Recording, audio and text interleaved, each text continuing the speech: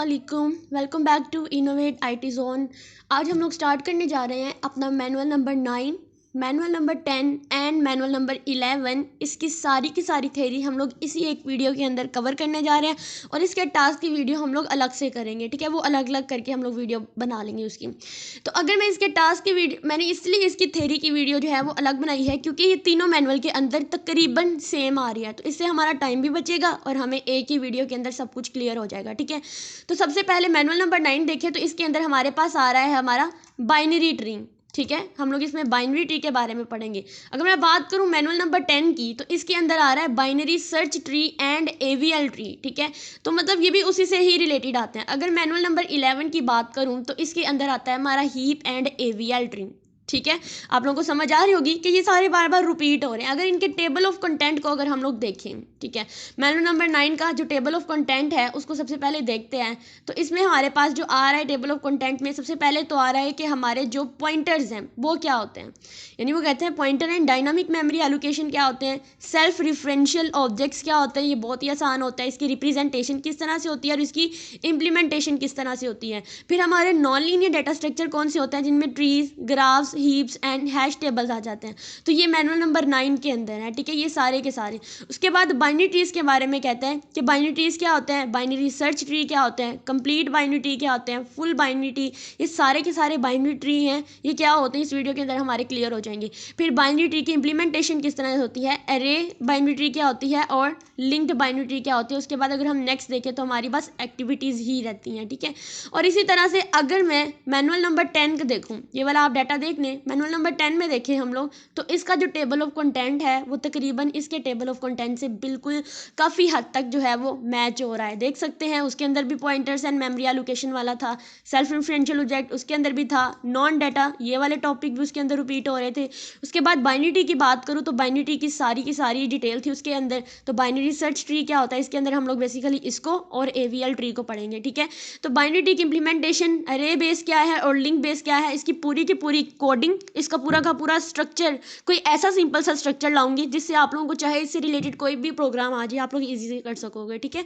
तो ये आप लोगों को टेबल ऑफ कंटेंट दिखाने का बेसिक पर्पज़ ये है कि हमें इस पर ज़्यादा टेंशन लेने की ज़रूरत नहीं कि हम क्या करेंगे, इतने मैनुअल्स हैं हम लोग दे थोड़े हैं, तो आप लोग इसको थोड़ा सा गौर करें। जैसे अगर मैं बात करूँ मैनुअल नंबर 11 के टेबल ऑफ कंटेंट की, तो इसमें सबसे पहले हमारा बाइनरी ट्री आ रहा है, AVL trees, binary search tree, इनकी हमें नाउ हाउ अच्छे से है।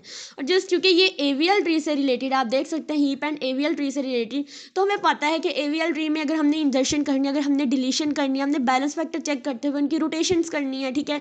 अगर कुछ भी डिलीट करना है तो उसको रोटेट कर देंगे, ठीक है, उसको बैलेंस करने के लिए। तो उसकी रोटेशन को हम लोग देखेंगे किस तरह से करेंगे। उसके बाद हीप डाटा स्ट्रक्चर है जिसमें मैक्स हीप, मिन हीप, वो हमें अच्छी तरह से पता है इसके कौन कौन से ऑपरेशन है और कॉमन यूजेस ऑफ हीप क्या है।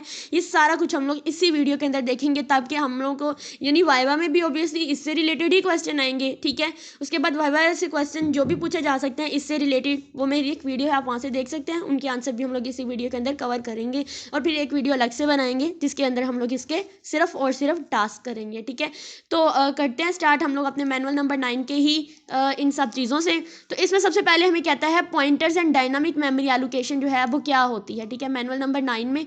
तो सबसे पहले तो मैं आपको बता दूं, पॉइंटर जो होता है एक ऐसा प्रोसेस होता है जो हमारे वेरिएबल्स का, जो हमारे वेरिएबल के जो एड्रेस होते हैं उसको स्टोर करने के लिए यूज़ किया जाता है, ठीक है।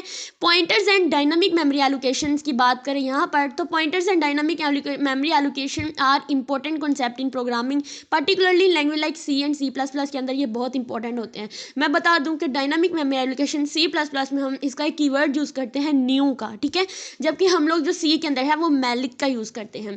Pointers allow you to work with the memory addresses, ठीक है, सारी बात है। पॉइंटर्स हम क्यों यूज़ करते हैं, क्योंकि हमें उस वेरिएबल का एड्रेस चाहिए होता है, तो सारी बात है ये मेमोरी एड्रेस होता है, ठीक है। उस वेरिएबल का मेमोरी एड्रेस क्या है, किसके अंदर जाके हमारे वेरिएबल ने स्टोर होना है, यहाँ पर हमें वो बता रहा होता है। तो सारी बात है मेमोरी एड्रेस है, तो इससे रिलेट ही इन्होंने डायनामिक मेमोरी एलोकेशन को रिलेट किया हुआ है। Allow you to manage the memory at the run time, यानी रन टाइम के दौरान जब हम अपनी मेमोरी को मैनेज करते हैं तो वो हमें डायनामिक मेमोरी एलोकेशन जो होती है इस चीज़ के लिए अलाउ करती है। पॉइंटर्स क्या होते हैं, इज अ वेरिएबल, पॉइंटर्स क्या होते हैं बेसिकली एक वेरिएबल होते हैं that store the memory address of another variable, it allow you to indirectly access the value of the variable store at that address. तो हम लोग इनडायरेक्टली भी उनकी वैल्यू को स्टोर कर सकते हैं, अगर को एक्सेस कर सकते हैं अगर हमें उस चीज़ का एड्रेस पता है। Pointers are often use for the various purpose such as the dynamic allocated memory, working with arrays and passing function as a arguments. ठीक है, यानी पॉइंटर किस किस के साथ काम करते हैं, डायनामिक मेमोरी एलोकेशन के साथ भी काम करते हैं, वर्किंग विद एरेज के साथ भी काम करते हैं, और हमारे जो हमने फंक्शंस पास करने होते हैं उनमें एज अ आर्गूमेंट भी हमारे पॉइंटर जो है काम करते हैं, और इसीलिए हम उसको क्या बोलते हैं, पास बाय रेफरेंस के थ्रू जो है वो हमारे जो फंक्शन के अंदर पासिंग होती है। ठीक है, एक पास बाय कॉल बाय वैल्यू होती है और एक कॉल बाय रेफरेंस होती है। ठीक है, तो यहाँ पर देखिए आपके सामने एक ये ओपन है एक प्रोग्राम। ठीक है, इसको मैं आपको रन करके दिखाऊंगी ताकि आप लोगों को ना पॉइंटर का जो कॉन्सेप्ट है ना वो बिल्कुल और 100% आपका क्लियर हो जाए। ठीक है, तो इसको रन करने के लिए हम लोग जाएंगे अपने डेव C++ पे, और इसको मैं कर देती हूँ अरे। ठीक है, सबसे पहले हम लोग क्या करेंगे, अपने मेन फंक्शन का हम लोग बनाते हैं स्ट्रक्चर। तो हम स्ट्रक्चर किस तरह, आप लोगों को अगर स्ट्रक्चर आता है तो देन आप लोग इसको डीबग करने में बहुत ज़्यादा आसानी हो जाएगी। ठीक है, क्योंकि मैं इसको C++ में कर रही हूँ तो इसलिए मैं इसको कुछ इस फॉर्म में लिखूँगी, आयोस्ट्रीम, फिर यूजिंग नेम स्पेस std। ठीक है, उसके बाद हम मेन फंक्शन लिखते हैं इंट मेन। अब मैं मेन फंक्शन के अंदर जाकर एक वेरिएबल लूँगी x के नाम से, और इसके अंदर जो वैल्यू है वो 10 को स्टोर करा दूँगी। अब मैं एक पॉइंटर वेरिएबल बनाऊँगी इंट स्टैरिक ptr बना लूँगी। ठीक है, आप चाहें तो इसके साथ ही इसका एड्रेस दे लें या फिर अलग से भी देख सकते हैं, लेकिन मैं इसके साथ ही दे लेती हूँ। यानी इस वेरिएबल जो x है उसका एड्रेस जो है वो मैं यहाँ पर स्टोर कर दूँगी, और उसके बाद क्या करेंगे हम लोग के एक हम ले लेते हैं सी आउट ले लेते हैं, और इसमें हम लिखते हैं कि हमारी जो वैल्यू है वो क्या है। तो हम लिखेंगे वैल्यू ऑफ x। तो x की वैल्यू क्या थी हमारे पास, वो हमारे पास कुछ इस फॉर्म में आ जाएगी। ठीक है, इसको हम कर देते हैं एंड लाइन। उसके बाद हमें एड्रेस चाहिए, तो हम क्या करेंगे, सी आउट एड्रेस ऑफ x। तो x जो है, जो वैल्यू 10 है वो कहाँ पर जाकर स्टोर, किस एड्रेस पे जाकर स्टोर हुई है, देन हम यहाँ पे लिख देंगे ptr, यानी उस वेरिएबल को लिख देंगे। एंड लाइन कर देते हैं, इसको हम लोग रन करके देखते हैं। एक सेकेंड, यहाँ पर मुझे एरर दे रहा है, एरर यह है कि यहाँ पर मैंने इसको ये करना था। ठीक है, F11 करते हैं। अब हमारे पास हमारी आउटपुट आ रही है, तो देन वो हमें बता रहा है कि हमारी जो वैल्यू है x की वो 10 है, और यहाँ पर इस मेमोरी एड्रेस पे जाकर ये स्टोर है। तो ये मेमोरी एड्रेस किस वजह से आया, हमें कैसे उसकी लोकेशन पता चली है, ड्यू टू द पॉइंटर। ठीक है, और उसके बाद हम लोग नेक्स्ट चलते हैं ताकि हमें और क्लियर हो जाए। ठीक है, यहाँ पर देखिए उन्होंने कह दिया कि वैल्यू किस तरह से हमें पता चल रही है, तो आप लोगों ने इसको इस एग्जाम्पल को अच्छे से समझ लेना है। ठीक है, और नेक्स्ट नीचे उन्होंने इसकी एक्सप्लेनेशन दे दी हुई है। उसके बाद नेक्स्ट हम देखेंगे डायनामिक मेमोरी एलोकेशन को। तो dynamic memory allocation allow you to allocate the memory for the variable at run time, यानी इसमें हम क्या करते हैं कि न्यू मेमोरी बनाते हैं, और उसके बाद उन्होंने कहा you can new and delete operators to allocate and deallocate the memory for object on the heap. यानी हीप पर हम क्या कर सकते हैं कि जब हमने यानी at the time, eight the run time, इसका मतलब होता है एट द रन टाइम हम लोग मेमोरी को एलोकेट भी कर सकते हैं with the help of the new operator, and with the end D allocate कर सकते हैं, डिलीट कर सकते हैं with the help of the delete operator. जैसे आपको यहाँ पर एक एग्जाम्पल नजर आ रही है, और एक और बात याद रखनी है, इस एग्जाम्पल के अंदर उन्होंने एरे का यूज़ किया है। ठीक है, एरे, डायनामिक एरे, क्योंकि डायनामिक मेमोरी एलोकेशन करनी है तो उन्होंने डायनामिक एरे ली है, और इस एरे का जो न्यू मेमोरी एलोकेट की है वो कुछ इस तरह से की है। इसका साइंटेक्स याद रख ले, न्यू मेमोरी एलोकेट करने के लिए हम लोग सबसे पहले न्यू का कीवर्ड यूज़ करते हैं, उसके बाद जिस डाटा टाइप के साथ हम लोगों ने, यहाँ पे इंट है, जिस डाटा टाइप के साथ हम लोगों ने मेमोरी को एलोकेट करना है उसको लिखना है, और अगर एरे है तो अंदर हम लोग एरे का साइज दे देंगे। और एक और बात याद रखनी है, एरे के अगर ऊपर कोई भी ऑपरेशन परफॉर्म करना है तो फॉर लूप जो है वो सबसे ज़्यादा कॉमन है, सबसे ज़्यादा टॉप पर आती है एरे के अंदर। चाहे आपने इनपुट करना है, चाहे आपने आउटपुट करना है, तो आप लोग चाहे कोई भी लॉजिक लगानी है तो वो सारे की सारी हमने फॉर लूप के अंदर ही लगानी होती है। ठीक है, तो यहाँ पर देखिए उन्होंने इस लॉजिक को लगाने के लिए, उन्होंने इस एरे को डिक्लेयर करने के लिए, एरे को इनिशियलाइज करने के लिए उन्होंने क्या किया है, फॉर लूप का यूज़ किया है। और अगर एरे की हमें आउटपुट चाहिए तब भी उन्होंने क्या किया है, फॉर लूप का यूज़ किया है। देन उनके बाद उसने क्या किया है कि मेमोरी को डी एलोकेट कर दिया कि दोबारा अगर हम इसको रन करें तो हमें वो वैल्यू ना मिले। ठीक है, डिलीट हो जाए। हम इसको कोड करके देखते हैं बहुत ही सिंपल तरीके से, ताकि आप लोगों का जो है ये सारा कॉन्सेप्ट क्लियर हो जाए और ये भी डाउट क्लियर हो जाए कि हाँ ये हमने रन करके हमें आ रहा है। ठीक है, तो अब हम लोगों ने क्या करना है, इसको यहाँ से कर देते हैं रिमूव, ठीक है, बॉडी वही रहेगी। हम इसके अंदर क्या करेंगे, इंट एक पॉइंटर बना लेंगे, ठीक है, int static dynamic array is equal to, ठीक है, हमने एक डायनामिक एरे बना दिया और साथ में हम क्या करेंगे, हमने न्यू मेमोरी को एलोकेट करना है। एक डायनामिक एरे की न्यू मेमोरी को एलोकेट करने के लिए हम क्या करेंगे, न्यू का कीवर्ड लगाएंगे और साथ में हम लिख देंगे इंट, ठीक है, इसके अंदर एरे बनाएंगे और उसका साइज क्या दिया था 5। अब यहाँ पर 5 जो है वो खुद से भी इनपुट कर सकते हैं हम, ठीक है। उसके बाद हम लोगों ने क्या करना है कि हम लोगों ने एक फॉर लूप चलानी है हमें, क्योंकि अरे को इनपुट करना है ना, ठीक है, अरे के अंदर लॉजिक्स लगानी है तो हमें फॉर लूप लगानी है, चाहे कोई भी लॉजिक लगानी है, इनपुट करना है आउटपुट करना है, हमें क्या लगानी है, फॉर लूप लगानी है, बिकॉज ये क्या है, ये है एरे, ठीक है। ये बात मैं हर दफ़ा और बार बार कहती हूँ। फिर हमने फॉर लगाना है int I is equal to 0, I less than equal to 5 ले लेते हैं and I plus plus I के अंदर इंक्रीमेंट होता जाए। अब इसकी बॉडी के अंदर हम कैसे करेंगे, सबसे पहले तो ये जो मैंने ऊपर ये जो डायनामिक एरे लिया है इसको मैं यहाँ से कर लेती हूँ कॉपी, ठीक है, ताकि मेरे नाम में कोई भी बार बार मिस्टेक ना आए। इसको कॉपी कर लेते हैं और यहाँ पर जाकर इसको कर देते हैं पेस्ट। अब इसके अंदर जो है वो मैं आई दे दूँगी, ठीक है, ताकि ये रिप्रेजेंट करे जितनी दफ़ा भी मेरी लूप चले मुझे आई के अंदर यही साइज़ जो है वो चाहिए। और लॉजिक कैसे लगाऊंगी, आई स्टैटिक 10, यानी हर दफ़ा जो आई है वो 10 के साथ मल्टीप्लाई होता रहे और मेरी एरे के अंदर जो है वो जाकर स्टोर होता रहे, ठीक है। उसके बाद मैं क्या करूँगी, मैं इसको पहले रन करके देख लेती हूँ F11 से कोई एरर तो नहीं, ठीक है, यानी इसको डीबग करके देखा देन यहाँ पर मेरे पास कोई भी एरर नहीं शो कराया उसने। अब मैं क्या करूँगी, मैंने इसकी आउटपुट चाहिए तो मैं क्या यूज़ करूँगी, सेम वही फॉर लूप जो मैंने इनपुट के लिए ली थी। तो int I is equal to 0, then I less than equal to 5, then I plus plus, ठीक है। उसके बाद क्या करेंगे, हम लोग इसके अंदर लगा देंगे सी आउट, ठीक है, डिस्प्ले कराने के लिए सी आउट लिख देंगे और मैं सिंपल अपनी जो डायनामिक एरे की जो वैल्यूज़ है मैं वो लिख दूँगी। मैं यहाँ पर लिख दूँगी वैल्यूज़ फॉर डायनामिक एरे,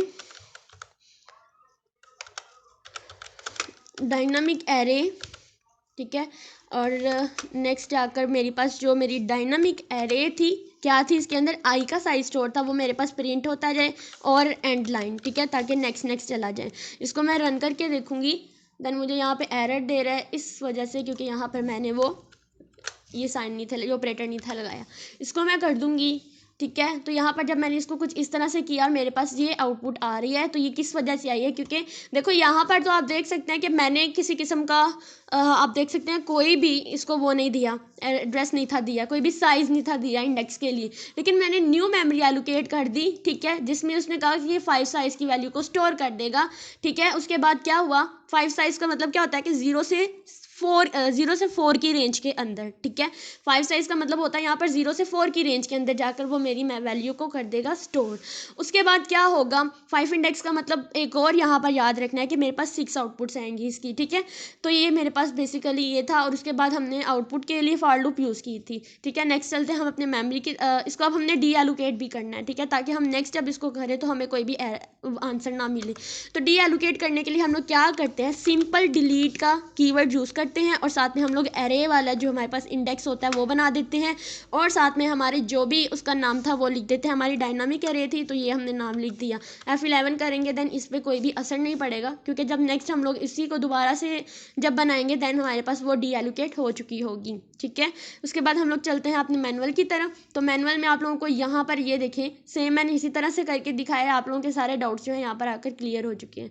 अब हम बात करते हैं सेल्फ रेफरेंशियल ऑब्जेक्ट्स की, या इसको कह सकते हैं सिंगल सेल्फ रेफरेंस। जब एक क्लास या कोई स्ट्रक्चर जब अपने ही नेम को एज अ पॉइंटर अंदर लेता है तो उसको हम क्या बोलते हैं, सेल्फ रेफरेंशियल। जैसे हम लोग ऑब्जेक्ट बनाते हैं, जैसे हम लोग क्लास बनाते हैं तो उसके अंदर जब हम नोड बनाते हैं तो नोड के लिए नोड का पार्ट को आपको पता है कि हमारी जो नोड होती है वो 2 पार्ट्स के ऊपर कंसिस्ट करती है, ठीक है। यानी वो कुछ इस तरह से होती है हमारी नोड, एक होता है हमारे पास डाटा पार्ट और एक होता है उस नोड का हमारे पास लिंक पार्ट। तो जो लिंक पार्ट होता है ये किसके थ्रू हम लोग बनाते हैं, by the use of the pointers, ठीक है। पॉइंटर्स का यूज़ करते हुए बनाते हैं, लेकिन यहाँ पर बात रखनी है कि हम इसमें जो डाटा टाइप लेते हैं पॉइंटर के लिए वो हम लोग वो लेते हैं जो हमारी क्लास का नेम होता है। जैसे अब यहाँ पर देख सकते हैं स्ट्रक्ट का नेम नोड है, तो जब हम इसका यहाँ पर पॉइंटर बनाते हैं node and node static use करते हुए तो इसका मतलब होता है कि ये सेल्फ रेफरेंशियल ऑब्जेक्ट्स होते हैं या सेल्फ रेफरेंशियल क्लास होती है, आप लोग कह सकते हैं कि class that have the capability to refer to their own type of object are called the reference self referential classes and self referential object. Hope so आप लोगों की इसकी बहुत अच्छी से समझ आई होगी। यानी जब हम लोग क्लास बनाते हैं स्ट्रक्ट नोड, ठीक है, यहाँ पर हमने स्ट्रक्चर लिया हुआ है, तो हम क्लास बनाएंगे जब, तो क्लास के अंदर जो क्लास का नेम होता है, आपने देखा होगा नोड बनाने के लिए हम लोग क्या करते हैं, एक तो डाटा पार्ट लेते हैं और दूसरा हम लोग लेते हैं इस तरह की नोड को, ठीक है। तो ये जो पॉइंटर्स होते हैं बेसिकली इनकी जो डाटा टाइप्स होती है वो हमारी क्लास का नाम ही होता है, जिसको हम बोलते हैं ये सेल्फ रेफरेंशियल ऑब्जेक्ट है। होप सो आप लोगों की इसकी समझ आई होगी। हम जब इसको कोड करेंगे देन आप लोगों को ज़्यादा अच्छे से क्लियर हो जाएगा, ठीक है। मैं साथ साथ बार बार इसको रिपीट करती जाऊंगी, ठीक है। उसके बाद उन्होंने कहा है कि उन्होंने एक प्रोग्राम किया हुआ है जिसमें उन्होंने एक स्ट्रक्ट बनाया हुआ है नोड, ठीक है। देखो जब हम लोग स्ट्रक्चर बनाते हैं तब ना तो हमें मेंबर फंक्शन की ज़रूरत होती है, हमें सिर्फ मेंबर वेरिएबल्स की ज़रूरत होती है, ना तो हमें पब्लिक लगाना पड़ता है ना हमें प्राइवेट लगाना पड़ता है, क्योंकि वो ऑलरेडी पब्लिक ही होता है। और इसके अंदर और सारी की सारी लॉजिक जो होती है वो हमें अपने मेन फंक्शन के अंदर लगानी पड़ती है, ठीक है। ये बात आप लोगों ने स्ट्रक्ट में याद रखनी है। हमारे मैनुअल के अंदर जहाँ भी सिर्फ ये स्ट्रक्ट ही गिवन है, क्लास मुझे कहीं भी नज़र नहीं आई, लेकिन हम क्लास के थ्रू ही करेंगे, ठीक है। अगर आप लोग कहते हो कि हम डव पे स्ट्रक्ट को कैसे करेंगे तो देन आप लोग इसको दोबारा से इसी को आप लोग करके देखेंगे तो देन आपका क्लियर हो जाएगा। उसके बाद हम लोग देखते हैं नॉन लीनियर डाटा स्ट्रक्चर। तो डाटा स्ट्रक्चर जो होते हैं वो दो तरह के होते हैं, एक होता है लीनियर और एक होता है नॉन लीनियर। तो लीनियर वो होते हैं जो बिल्कुल जैसे अरेज होगी, लिंक्ड लिस्ट हो गया, हमारी क्यू होगी, हमारी स्टैक होगी, तो ये लीनियर डाटा स्ट्रक्चर होते हैं। अगर हम लोग नॉन लीनियर डाटा स्ट्रक्चर की बात करें, हमारे ट्रीज, हमारे ग्राफ्स, ठीक है, ये सारे के सारे क्या हैं, ये हमारे नॉन लीनियर डाटा स्ट्रक्चर होते हैं, जिसमें एलिमेंट्स की कोई खास अरेंजमेंट नहीं होती है, वो सिक्वेंशियल लीनियर मैनर जिस मर्जी मैनर्स के अंदर जो होते हैं वो स्टोर कर सकते हैं, ठीक है। Where elements are stored in a linear order, non-linear data structure allow for more complex relationship among elements. Here are some example of the non-linear data structure की यहाँ पे कुछ एग्जाम्पल है। जैसे हमारे पास ट्रीज है, ग्राफ्स हैं, हीप्स हैं, ये क्या है, ये नॉन लीनियर डाटा स्ट्रक्चर की एग्जाम्पल है, ठीक है। यहाँ पे ट्री की बात करें तो हमारे पास ट्री में आता है बाइनरी ट्री, जिसमें हर एक नोड का जो है वो एटलीस्ट या एट मोस्ट 2 चाइल्ड का होना लाजमी है। बाइनरी सर्च ट्री की बात करें तो binary search tree where the left sub tree of the node contain only nodes, ठीक है, यानी फिर with the keys less than the node keys. यानी इसका मतलब क्या है कि यहाँ पर कह रहा है बाइनरी ट्री में तो कह रहा है कि कम से कम 0, 1 या 2 चाइल्ड्स का होना लाजमी होता है, एट मोस्ट 2 चाइल्ड का लाजमी। तो बाइनरी सर्च में क्या कहते हैं कि अगर आप लोगों ने एक नोड बनाना है, फॉर एग्जांपल एक ये नोड है, तो इसका जो मेरे पास जो है वो चाइल्ड नोड ये, और ये हमारे पास क्या है, ये इसका आप कह सकते हैं इसका राइट वाला है, ठीक है। यानी कि उन्होंने कहा है कि अगर 1 एक नोड है तो इसका जो छोटे वाला पार्ट होता है उसकी जो अगली नोड बननी है वो जो देखो हो सकता है कि यहाँ पे मैं 2 लिख लूँ और यहाँ पे मैं लिख सकती हूँ 1। तो 2 जो 2 से छोटा है 1, तो जो छोटा होगा पार्ट, जितने भी छोटे वैल्यू होंगे रूट नोड से वो हमारे पास लेफ्ट साइड पे होंगे, और जितने भी बड़े होंगे वो सारे के सारे क्या होंगे, राइट साइड पे होंगे, ठीक है। आप लोगों को इसकी समझ आई।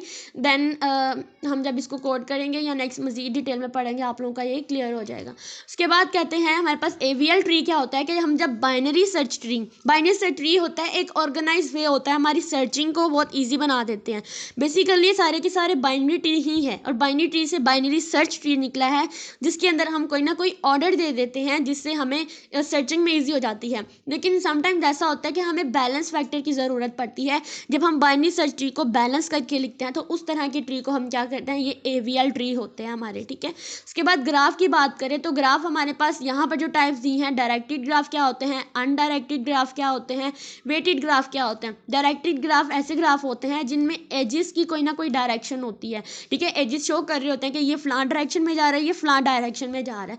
लेकिन जब अनडायरेक्टेड ग्राफ की बात करते हैं तो इसमें हमारे पास एजिस की कोई डायरेक्शन नहीं होती, ठीक है, वो अनडायरेक्टली जहाँ मर्जी अटैच है। वेटेड ग्राफ की बात करें जिसमें एजिस का कोई ना कोई वेट होता है, कोई ना कोई वेट के साथ वो एसोसिएट कर रहे होते हैं। उसके बाद हीप्स की बात करें तो binary heap a complete binary tree where the value of the each node is greater than और इक्वल टू और लेस देन और equal to the value of its children. तो हमारे पास हीप होती है, यानी इसमें हमारे पास दो तरह की होती है, एक मैक्स हीप होता है, एक मिन हीप होता है, और होते क्या है, ये बाइनरी ट्री ही होते हैं, ठीक है। तो मैं मैक्स हीप और मिन हीप के बारे में अगर आप बताऊं तो जब हमारे पास हमारा जो पेरेंट नोड होता है जब वो अपने चाइल्ड नोड से बड़ा होता है तो उसको हम क्या बोलते हैं, मैक्सिपो। यानी उसके जितने भी चाइल्ड नोड हैं वो सारे के सारे उसके रूट नोड से या उसके पेरेंट नोड से छोटे होने चाहिए। और मिन हीप में क्या है कि जो पेरेंट नोड होता है वो हमारे पास छोटा होना चाहिए हमारे चाइल्ड नोड से, बच्चे बड़े होने चाहिए, अम्मा अब्बा छोटे होने चाहिए, ठीक है। मिन हीप में ये याद रखें। मिन हीप और मैक्स हीप की सबसे कॉमन अगर मैं आप लोगों को एग्जांपल समझाऊँ ना तो आप लोग ऐसे रखो कि जो हमारे अम्मा अब्बा है ना वो मैक्स हीप में वो बड़े होने चाहिए, बच्चे छोटे होने चाहिए, ठीक है। और जो मिन हीप में ये याद रखें कि वही बड़े बच्चे जो हैं वो बड़े हो गए अम्मा अब्बा से, ठीक है। ये बात याद रखनी है आपने। आपको मतलब सिंपल एग्जांपल से आप लोग समझें तो आप लोगों को ज़्यादा इजीली अच्छे से समझ आ सकती है। मिन यानी मिनिमम, अम्मा अब्बा छोटे हो गए और बच्चे बड़े हो गए, ठीक है। और मैक्स हीप में याद रखना है कि मैक्स यानी मैक्सिमम, हमारे अम्मा अब्बा हमसे बड़े हैं और हम जो हैं वो छोटे हैं उनसे, ठीक है। ये बात आप लोगों ने यहाँ पे याद रखनी है। तो these non linear data structure essential in various application and are chosen based on the specific requirements and characteristics of the data and their operation to be performed on that। उसके बाद बाइनरी ट्री के बारे में उन्होंने बताया, क्योंकि इसके अंदर बाइनरी ट्री के बारे में हमने डिटेल से पढ़ना है। तो binary tree are the type of a tree data structure in which each node has at most 2 children which are refer to as the left child and the right child, ठीक है। जिसमें हमारे पास एक left child होता है, एक right child होता है, ठीक है। जैसे आप लोगों को यहाँ पर इस फिगर के अंदर जो है नीचे वो नज़र आ रहा है कि किस तरह से हमारा जो बाइनरी ट्री है वो बना हुआ है, ठीक है। तो जनरल बाइनरी ट्री क्या होता है, अब ये बाइनरी ट्री के नीचे मजीद एग्जांपल आ रही हैं कि general binary tree, binary search tree, उसके बाद कंप्लीट बाइनरी ट्री, उसके बाद full binary tree, perfect binary tree, balance binary tree, degenerate और पैथोलॉजिकल ट्री। उसके बाद इनकी जो हमारे पास इम्प्लीमेंटेशन आती है, ठीक है। तो हम लोग बाइनरी ट्री की जो है टाइप्स को एक दफ़ा डिस्कस कर लेते हैं ताकि हमारे वाइवा के लिहाज से ये क्वेश्चन क्लियर हो जाए। जनरेटेड बाइनरी ट्री की बात करूं तो in a general binary tree each node can have at least the most 2 children, के हमारे पास एट मोस्ट उसके 2 चिल्ड्रन। एट मोस्ट का मतलब होता है या तो 0 या तो 1 या तो 2, ठीक है। यानी जनरल बाइनरी ट्री में एट मोस्ट 2 चिल्ड्रन का मतलब होता है या तो 0 बच्चा होना चाहिए या 1 बच्चा होना चाहिए या एटलीस्ट 2 बच्चे होने चाहिए। जैसे यहाँ पर देखें ये पहला नोड है तो ये रूट नोड है, इसके आगे से देखें चाइल्ड कितने हैं, 2 चाइल्ड हैं। अब इसको ले लें, इसका एक चाइल्ड है, इसके 2 चाइल्ड हैं, ठीक है, 7 के 2 एंड 6। फिर 6 को देखें, 6 के आगे से भी 2 चाइल्ड हैं लेकिन इस 2 के हमारे पास कोई भी चाइल्ड नहीं है। अब इस 9 को देखें तो 9 का एक चाइल्ड है और फिर इस 9 का एक और चाइल्ड है। तो आप लोग देख सकते हैं कि 0 1 या 2 एट मोस्ट 2 चिल्ड्रन जो हैं वो इसके अंदर एग्जिस्ट करने चाहिए, which is known as the binary tree, ठीक है। उसके बाद बाइनरी ट्री के बाद हम लोग देखते हैं अपने बाइनरी सर्च ट्री को। तो बाइनरी सर्च ट्री में हमारे पास क्या होना चाहिए, कम से कम जो है वो 0 या 2 बच्चे, एक नहीं होना चाहिए, या 0 या 2। A binary search in binary tree in which each node have a value and the value of the nodes in the left sub tree are less than the value of the root, which is the, जो मैंने आप लोगों को पहले भी समझाया कि हमारे जो जितने भी छोटे बच्चे होते हैं वो सारे के सारे लेफ्ट साइड पे होते हैं, जितने भी बड़े होते हैं वो सारे के सारे राइट साइड पे होते हैं, ठीक है।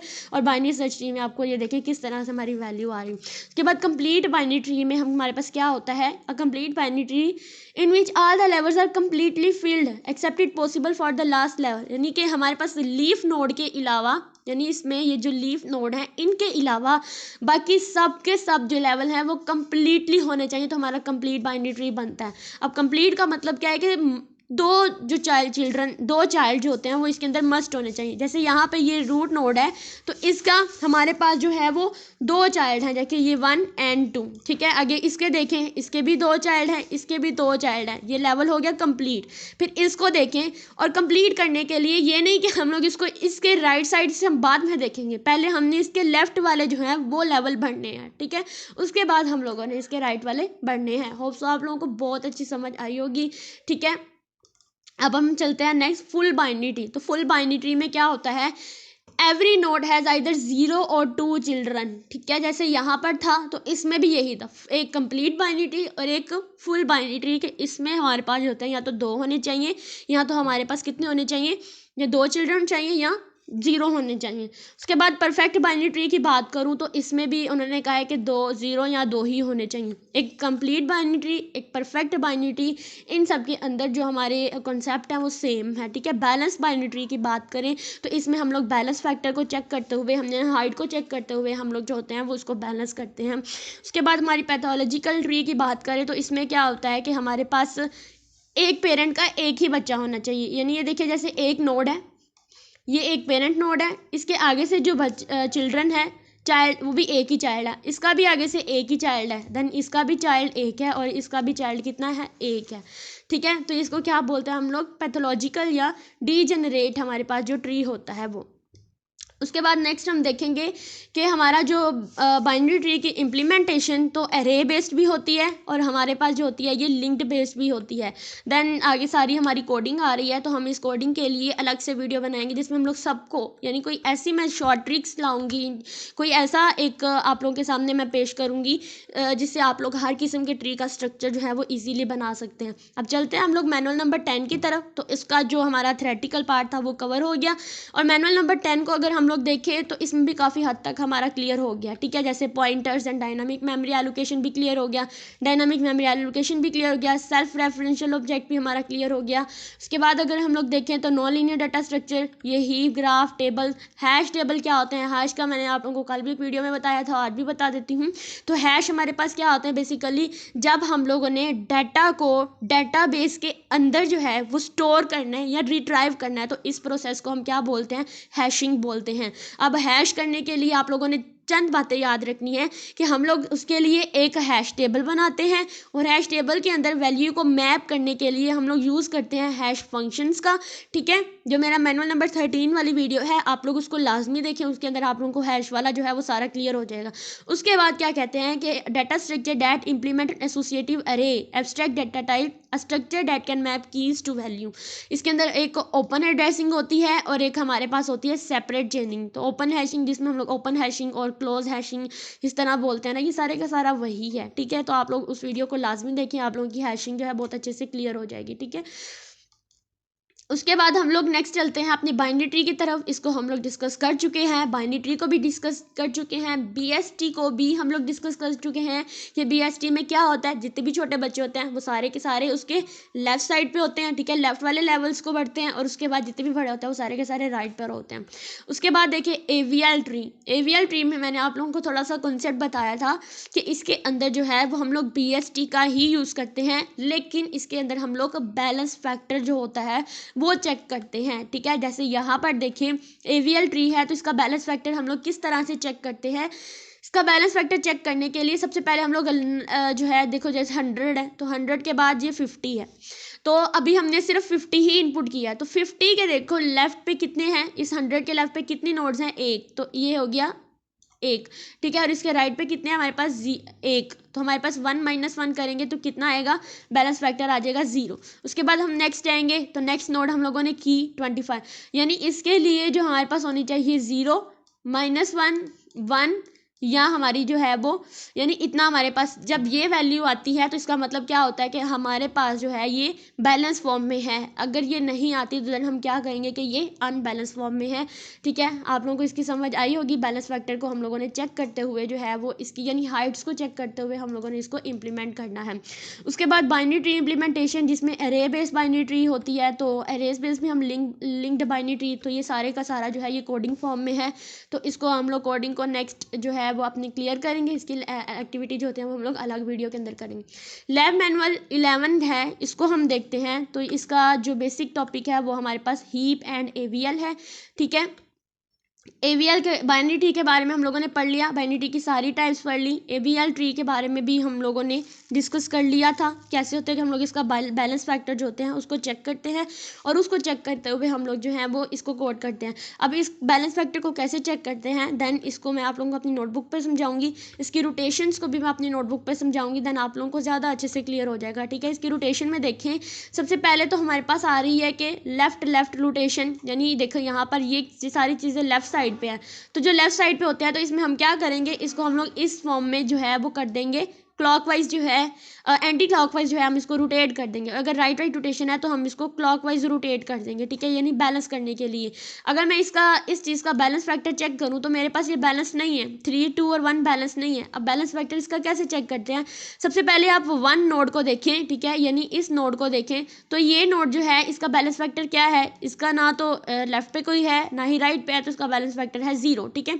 अब इस 2 को देखें तो इसका बैलेंस फैक्टर क्या है? इसका बैलेंस फैक्टर यहाँ पर देखें तो हमारे पास लेफ्ट साइड पे 1 है और राइट साइड पे नहीं है, तो 1 माइनस 0, तो हम क्या कहेंगे हमारे पास ये कितना है? ये है हमारे पास 1, ठीक है। उसके बाद इसका देखिए 3 का, तो 3 का बैलेंस फैक्टर क्या है? लेफ्ट साइड पे हमारे पास 2 है और राइट साइड पे 0 है, तो 2, तो 2 हमारा जब जहाँ पे 2 आएगा तो ये क्या हो जाएगा? ये अनबैलेंस हो जाएगा। जहाँ पे 2 या -2 आएगा तो ये अनबैलेंस होता है। इसको बैलेंस करने के लिए हम इसमें क्लॉकवाइज एंटी क्लॉकवाइज रोटेशन लगाएंगे और हम लोग इसके ऊपर जो है वो एंटी क्लॉकवाइज रोटेशन लगाएंगे, जिससे क्या होगा कि हमारा जो है वो बैलेंस होकर आ जाएगा। यानी अब जब इसकी रोटेशन लगेगी, मैं इसको यहाँ से हटाकर दिखाती हूँ, जब मैं इसकी रोटेशन लगाऊंगी तो मेरे पास जो है वो कुछ इस फॉर्म में आया है 2, 1 एंड 1, यानी यहाँ सेंटर से हम लोग रोटेशन लगाएंगे ना, तो 2 जो है वो हमारा रूट नोड बन जाएगा, 3 जो है वो इसके 3 बड़ा है तो इसलिए कहाँ पर चला जाएगा? राइट साइड पे, और 1 जो है वो छोटा है तो 1 इसके यहाँ पर चला जाएगा। अब इसका बैलेंस फैक्टर हम चेक करेंगे तो बैलेंस फैक्टर देखिए 1 का बैलेंस फैक्टर क्या है? 1 के तो ना तो लेफ्ट में कोई है और ना ही राइट में, तो क्या होगा? 0 हो जाएगा। बैलेंस फैक्टर चेक करने का फार्मूला मैं आप लोगों को बताऊं तो left node minus right node, तो ये मेरे पास क्या आता है? Is equal to the B, यानी बैलेंस फैक्टर के इक्वल होता है। तो लेफ्ट वाले में जितनी नोड होंगी उनको कनेक्ट, देखिए यहाँ पर जितने एजेस होंगे उनको देखेंगे। अब इसके 1 वाला जो है इस नोड के ना तो लेफ्ट पे कोई था ना राइट पे, तो 0 था। तो बैलेंस फैक्टर कब बैलेंस होता है? जब हमारे पास या तो 0 वैल्यू आ रही होती है या 1 आ रही होती है या -1 आ रही होती है। तो यहाँ पर 0 आ रही है तो मतलब ये बैलेंस है। उसके बाद हम लोग जाएंगे इससे ऊपर यानी 2 की तरफ। इसको 3 को भी देखें तो लीफ नोड को देखें तो 3 भी 0 पर है। अगर 2 को देखें तो 2 के लेफ्ट साइड पे 1 नोड है तो एल में क्या करेंगे? 1 पुट कर देंगे माइनस। इसके राइट साइड पे कितनी नोड है? 1, तो कितने एजेस हैं? 1, तो क्या करेंगे? यहाँ पर भी 1 कर देंगे, तो 1 - 1 कितना होगा? 0, तो मतलब ये बैलेंस फॉर्म में है, ठीक है। अब हम राइट रोटेशन को देखते हैं ताकि आप लोगों को ये ज़्यादा अच्छे से क्लियर हो जाए। अब राइट रोटेशन को देखें तो हमारे पास जो है वो कुछ इस फॉर्म में है, 1, 2 एंड 3 की फॉर्म में। तो क्या ये बैलेंस है? इसको चेक करते हैं। तो देखो हमारे पास सबसे पहले हम लास्ट नोड को पकड़ते हैं। लास्ट नोड क्या है? 3, तो 3 क्या है? इसका लेफ्ट माइनस राइट इसमें पुट करेंगे। 3 के लेफ्ट में कोई नोड है? नहीं, तो 3 के राइट में कोई नोड है? नहीं, तो मतलब क्या होगा? 0 - 0, तो कितना होगा? ये 0 हो जाएगा, ठीक है। तो मतलब ये बैलेंस फॉर्म में। अगर मैं 2 को चेक करती हूँ तो 2 के क्या लेफ्ट में कोई है? नहीं, तो क्या होगा? लेफ्ट में 0 माइनस 2 के राइट में कोई है? हाँ है। कितने हैं? एक नोड है, एक एज है, तो क्या होगा? 1, तो आ जाएगा -1। तो यहाँ पर यानी यहाँ पर आकर भी ये क्या है? ये बैलेंस फॉर्म में है। उसके बाद हम लोग 1 को चेक करेंगे, 1 नोड को, रूट नोड को। तो इसके क्या लेफ्ट पे कोई है? नहीं, तो क्या होगा? 0 माइनस इसके राइट पे कितनी एजेस हैं? कितनी हाइट है इसकी? 2। कैसे? एक 1 ये और एक 2 ये, तो हम यहाँ पे लिख देंगे 2। तो अब इसको बैलेंस फैक्टर चेक करते हैं तो 0 - 2 2 -2, तो क्या होगा? ये यहाँ पर आकर हो गया इम्बैलेंस। तो हमें क्या करना है? इस इम्बैलेंसमेंट को ख़त्म करने के लिए इनको कर देना है रोटेट, ठीक है। अब रोटेट कैसे करेंगे कि मैं इस पर क्लॉकवाइज रोटेशन जो है वो लगा दूंगी, ठीक है। देखो अब जब मैं इसको रोटेट करूंगी तो मेरा 2 ऊपर चला जाएगा, ठीक है। उसके बाद जो 3 है इसमें मतलब बैलेंस फैक्टर बना देंगे, मैं इसको बैलेंस ट्री बना दूंगी या बाइनरी ट्री, और 1 यहाँ पर ऐसे। जब मैं इसको देखूंगी, इसका बैलेंस फैक्टर चेक करूंगी तो ये पहले वाले की तरह ही है। तो ये हमारे पास जो है ये बैलेंस फॉर्म में आ चुका है। होप सो आप लोगों को बहुत अच्छी समझ आई होगी, और अगर आप लोग को समझ आ रही है तो आप लोग वीडियो को लाइक कर दें और अपने फेलोज़ के साथ भी इसको शेयर करते जाएं, ठीक है। उसके बाद हमारे पास लेफ़्ट राइट रोटेशन, यानी जब हमारे पास कुछ इस फॉर्म में आता है तो मैं इस पे कैसी रोटेशन लगाऊंगी? Left right rotation. अब मुझे कैसे पता चलेगा कि मैंने इस पे लेफ़्ट राइट रोटेशन लगानी है? तो देखो ये हमारे पास 3, यानी ये किस तरह से है? एक नोड यहाँ पर है 3 वाली, और जो मेरे पास 1 वाली नोड है वो इसके लेफ़्ट में है, और 2 जो है वो 1 के राइट में। तो इसमें मुझे कैसे पता चलेगा मैंने कैसी रोटेशन लगानी है? देखो ये पहले लेफ्ट साइड पे जा रहा है, उसके बाद राइट साइड पे जा रहा है। तो जो पहले वाली चीज़ आती है मुझे उस चीज़ को इसको बनाना है, ठीक है। यानी इसको पहले मैंने लेफ्ट बनाना है। तो लेफ्ट बनाने के लिए मैं क्या करूँगी कि सबसे पहले तो मैं इसको जो है वो देखिए इसके स्टेप देखते हैं। Perform a left rotation on the left child, in this case perform a right rotation on the unbalance node, फिर update height of the node. मैं क्या करूँगी, इसको बैलेंस बनाने के लिए मैं इस पर लेफ्ट रोटेशन लगाऊंगी। तो उसके लिए क्या करना पड़ेगा, मुझे इस 2 को इस 1 की जगह पे लाना होगा, ठीक है। इन दोनों को पहले मैं रोटेट करूँगी, तो 3 के लेफ्ट पे चला गया मेरा 2 और 2 के लेफ्ट पे चला गया मेरा 1, ठीक है। यानी ये इस तरह से आ गया। अब देखिए ये लेफ्ट फॉर्म में आ गया है, तो इस पर लेफ्ट रोटेशन लगाएंगे, इसको हम लोग एंटी क्लॉकवाइज घुमाएंगे, तो मेरे पास जो आ जाएगा वो बैलेंस फैक्टर आ जाएगा 2 और 3 यहाँ पर, और देन यहाँ पर आ जाएगा 1, ठीक है। इसी तरह से अगर ये राइट लेफ्ट रोटेशन आती तो मैं इसको राइट में कन्वर्ट करके जो है वो इसको कर देती सोल्व, ठीक है। आप लोगों को इसकी समझ आई। देन हम लोग नेक्स्ट चलते हैं अपने नेक्स्ट पार्ट की तरफ। नेक्स्ट पार्ट में हीप डाटा स्ट्रक्चर आ रही है, ठीक है। तो हीप में हमने पढ़ा कि जब मिन हीप और मैक्स हीप 2 तरह की टाइप्स होती हैं। एक specialized tree based heap data structure होती है जिसमें हम लोग हीप प्रॉपर्टी का यूज़ करते हैं, ठीक है। अब हम इसमें मैक्स हीप और मिन हीप का कॉन्सेप्ट मैंने आप लोगों को जो बताया था वो ये था कि आप लोगों ने याद रखना है कि जब मिन हीप की बात आएगी तो आपने ये बात याद रखनी है कि जो पेरेंट नोड होंगे, जो अम्मा अब्बा के नोड हैं, वो बच्चे के नोड से छोटे हैं, ठीक है। यानी आप कह सकते हैं, देखें यहाँ पर 5 है, तो 5 से छोटा क्या है, 5 से क्या 5 के चाइल्ड देखें हमारे पास 9 और 11, तो क्या ये मिन हीप है, यस है, ठीक है। उसके बाद 9 देखें, 9 के बच्चे जो हैं 14 और 18 दोनों 9 से बड़े हैं, तो क्या होगा, ये मिन हीप है। उसके बाद देखें 11, 19 एंड 21, तो 11 के बच्चे बड़े हैं 11 से, यस, तो फिर 34 के बच्चे बड़े हैं इससे, यस, ठीक है। 18 का बच्चा बड़ा है, यस, ठीक है। ये हमारे पास क्या होगा, मिन हीप। और इसी तरह से अगर हम मैक्स हीप का कॉन्सेप्ट समझे तो मैक्स हीप में भी हम लोगों ने यही समझना है कि जो इसमें तो अम्मा अब्बा छोटे थे और बच्चे बड़े, तो मैक्स हीप में हम क्या याद रखेंगे कि इसके जो अम्मा अब्बा हैं वो बड़े हैं और बच्चे जो है अब छोटे हैं, यानी अब रियलिटी बेस्ड हो गया। यहाँ पर देखें ये हमारे पास 100 जो है ये कौन सी नोड है, ये हमारे पास है रूट नोड है, यानी पेरेंट नोड है। तो इसके अगर चाइल्ड देखें तो 19 और 36, तो बच्चे छोटे हैं, यस। फिर 19 के बच्चे देखते हैं, 19 के चाइल्ड नोड देखते हैं, तो इसमें 17 और 3, तो क्या ये हमारे पास एक मैक्स हीप है, जी है, क्योंकि पेरेंट बड़ा है और बच्चे छोटे हैं।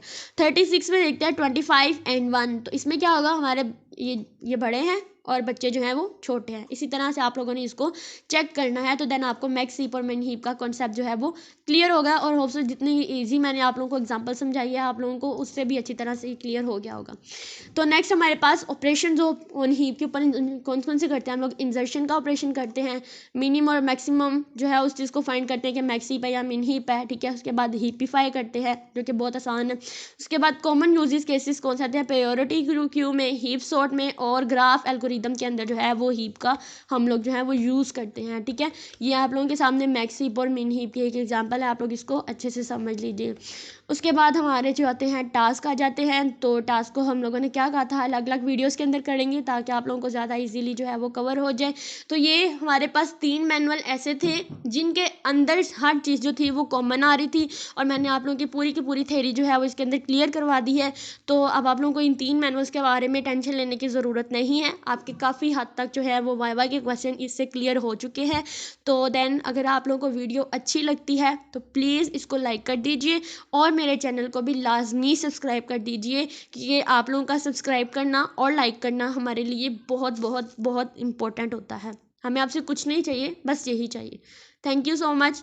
इंशाल्लाह मिलते हैं हम लोग नेक्स्ट वीडियो में जिसके अंदर हम लोग करेंगे अपने टास्क।